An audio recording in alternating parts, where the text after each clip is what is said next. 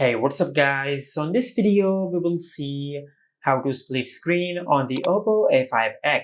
Now to do that, first of all, just open settings, then tap on accessibility and convenience. From here, tap on split view. Now just enable this toggle to enable split screen on your smartphone. Now after you enable this toggle, you will be able to use the split screen feature on your Oppo phone.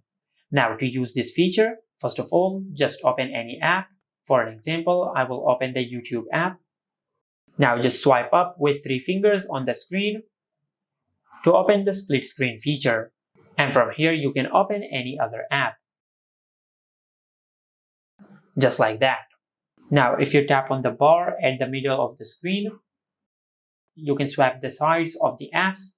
And if you drag the bar at the middle of the screen, you can increase or decrease the size of the app from here. Just like that. And if you tap on the 3 dots at the top of the app, you can expand the app. And you can also switch the app.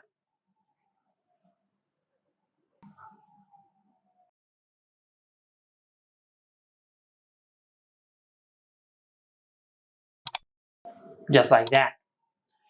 And finally, you can set the selected app in full screen view, or you can close the app. And this is how you can enable split screen on the Oppo A5x.